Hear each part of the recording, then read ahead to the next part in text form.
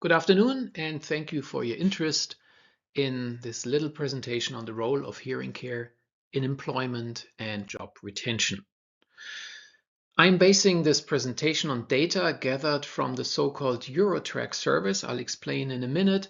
We have sampled 9 European member countries.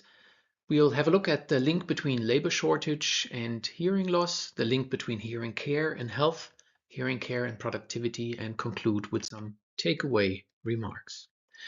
These Eurotrack surveys that I just mentioned are a series of surveys conducted by EHIMA since the year 2009. By now, we have surveyed more than 60 times in 18 countries, and more than 900,000 people worldwide have been surveyed. We're basing the results that I'm presenting here on a representative sample of 9 countries: Belgium, Germany, Portugal, Poland, Spain, Denmark, France, Italy, and the Netherlands. A total of 130,000 people have been asked. And what have they been asked? Well, for instance, first question, how do you assess your own hearing status? And between 9.7% in France and 12.4% in Italy said, well, I think I might have a hearing problem. Again, this is self-assessed hearing loss, not diagnosed by an ENT or a medical professional. Between 9.7 and 12.4 say, I might have a hearing problem. Of those who answered positively saying, yes, I have a hearing problem, between 23% in Portugal and 55% in Denmark and France actually have obtained hearing aids, have been treated by audiologists and hearing care professionals for their hearing loss. This uptake is overall growing, despite the fact that we see a gap between need and uptake, whereas the prevalence data is showing great stability over time and across borders. If you're interested in the entirety of results we have produced since 2009, please have a look at ehima.com/surveys. Wherever you see this sign up there in the corner, you know that the data I'm talking about is of this sample of 9 countries. Now, adoption, again, between 23% Portugal and 55% in France and Denmark.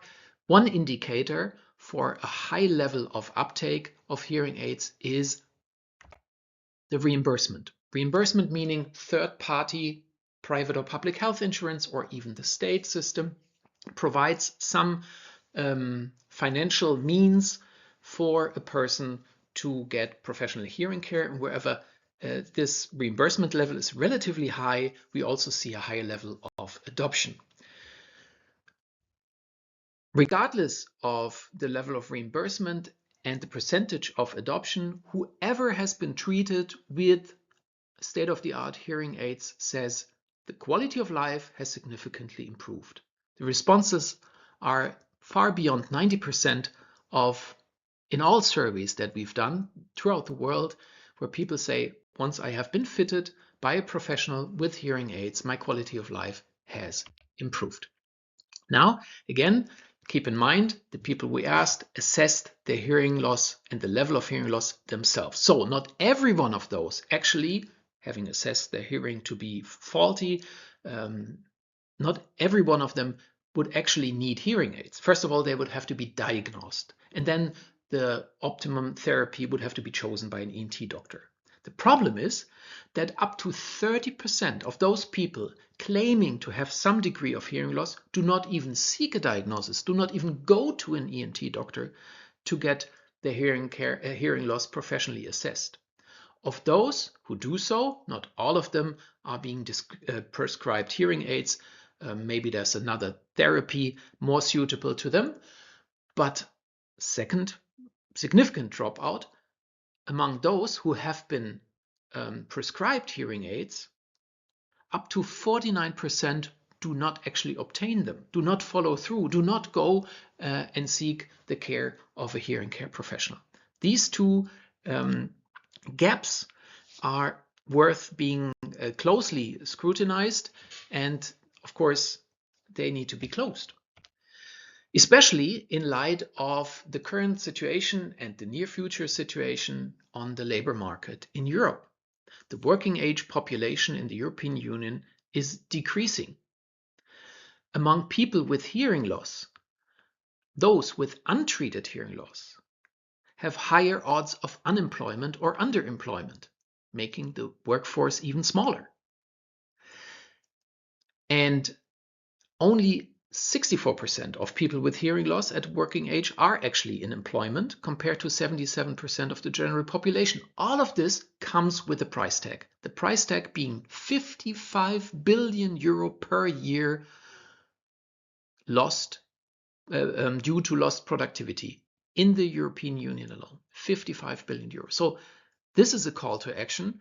And whereas I would say that this big trend of an aging population, knowing that with age the prevalence of hearing loss increases, and knowing that untreated hearing loss, people with untreated hearing loss, have a higher likelihood to be underemployed, knowing that this trend, this negative trend, cannot be fully reversed by hearing care alone. That would be naive. But I think hearing care, professional hearing care, can play an important part at least remedying this negative trend to a certain extent. Let's look at how exactly. First of all, what's the link between hearing care and general health? Two examples. First one, physical stress. 57% of people living with untreated hearing loss say, I often feel physically exhausted in the evening. Whereas only 37% of those people hard of hearing who are using hearing aids say the same. Similarly, the case with mental stress. Almost half of the people living with untreated hearing loss, meaning having a hearing problem but no hearing aids, often feel mentally exhausted. Only 30% of people using hearing aids say the same. This is an indicator that there is a link between physical and mental well-being and the treatment of hearing loss. Let's look at another aspect, mobility. The European Agency for Safety and Health at Work says the journey to and from the workplace is the most hazardous part of the workday. Well, given many are office workers, that indeed is the fact. So, is there any link between hearing care and mobility and road safety? Yes, there is.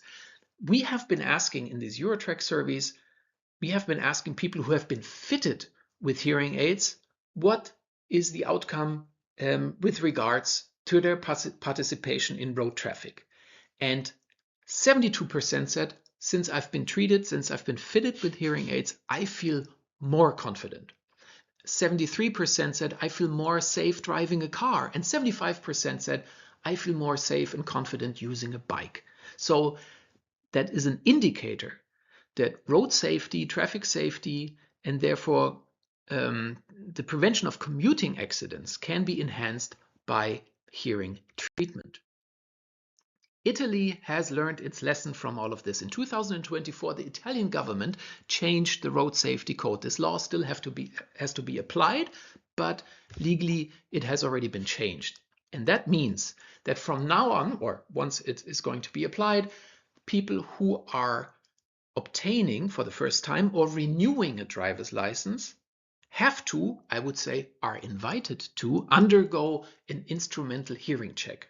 Meaning they have the chance to be made aware of their de facto hearing status. Now, they are free to choose whether they want to follow up or not, whether they want to go to an ENT doctor, have a solid diagnosis, and maybe get treatment afterwards. But at least, even if they don't do so, at least they are made aware that they might have a hearing problem, and they have the chance to adapt their driving behavior, their behavior in road traffic accordingly. Maybe drive more carefully, knowing that certain sounds cannot be heard as well anymore. This is something how government could respond to this challenge and has understood the link of hearing health and road safety. Speaking of mobility, even those among us who are not driving to work by car but using public transport at times have hearing problems, especially when trying to follow announcements at the full train station coming through a loudspeaker. I mean, it is sometimes so difficult to understand what is being said. And the hearing industry, together with the Bluetooth Special Interest Group, has developed an answer, a technical answer to this challenge for hard of hearing people and people whose hearing is not impaired. And the answer is a new Bluetooth standard called Auracast Broadcast Audio. Now, this allows people with and without hearing impairments to receive audio content in digital stereo quality from one signaling device, one loudspeaker, for instance, one streamer, directly in their hearing instruments, whether it's a Bluetooth-enabled headphone, in-ear piece, or medical-grade hearing device.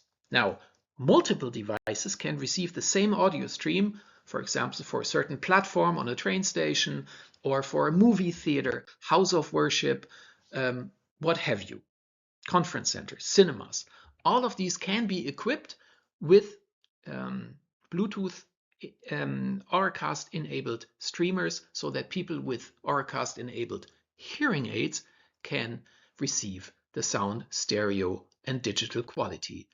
Just recently, this January of 2026, the Frankfurt Airport, which is a major airport hub in Europe serving between 60 to 70 million people a year, has started fitting its gates on Terminal 1 with Auracast technology. So from now on, you can be assured with Bluetooth Auracast enabled hearing aids and in-ears and headphones that you will never miss an announcement at the gate you're interested in.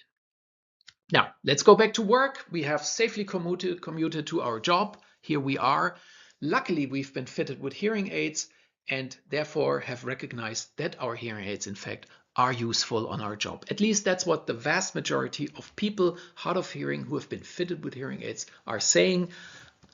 93% said that, yes, my hearing aids are of significant or at least of some use in my employment. Why is that so? Well, my personal success at work, this is what more than 50% said, my relationships at work, my sense of safety, and my likelihood and my ability to participate in group activities is higher than before the fitting with hearing aids. So safety, productivity, all of this can be enhanced with professional hearing care. As of 2025, we asked a new question. We asked people to assess whether they believe that due to their hearing aid provision, they might be employed longer than without hearing aids. And this is what they said. Germany, Italy, Belgium, the responses, more than 50% said, yes, I think so. Probably due to being fitted with hearing aids, I might be able to stay longer in employment. So let's wrap it up. We've seen following aspects. First of all, there's an increased odds of unemployment or underemployment for people who have not had their hearing loss tended to, who have not had obtained hearing care. They are probably linked to a higher risk to their general health. We have looked at the examples of mental and physical stress. The level of job satisfaction is more likely to be lower. They are more likely to seek earlier retirement. Then we have seen loss of productivity due to uncared for hearing loss, 55 billion euros per year in the European Union. So these are the challenges that might be answered by more hearing health awareness. If people were to be made aware of their hearing status, were to be motivated to seek a diagnosis, a professional diagnosis by an ENT doctor, were to be motivated, maybe also through financial reimbursement, to seek professional care, these challenges, the aforementioned challenges, could be at least partially remedied, leading to higher rate of employability, higher productivity. Thank you very much. This was it in a nutshell. And if you're interested to follow up, go to ehima.com or hearingyou.org, and I'm happy to answer questions in any means possible. Thanks so much and enjoy the rest of the conference.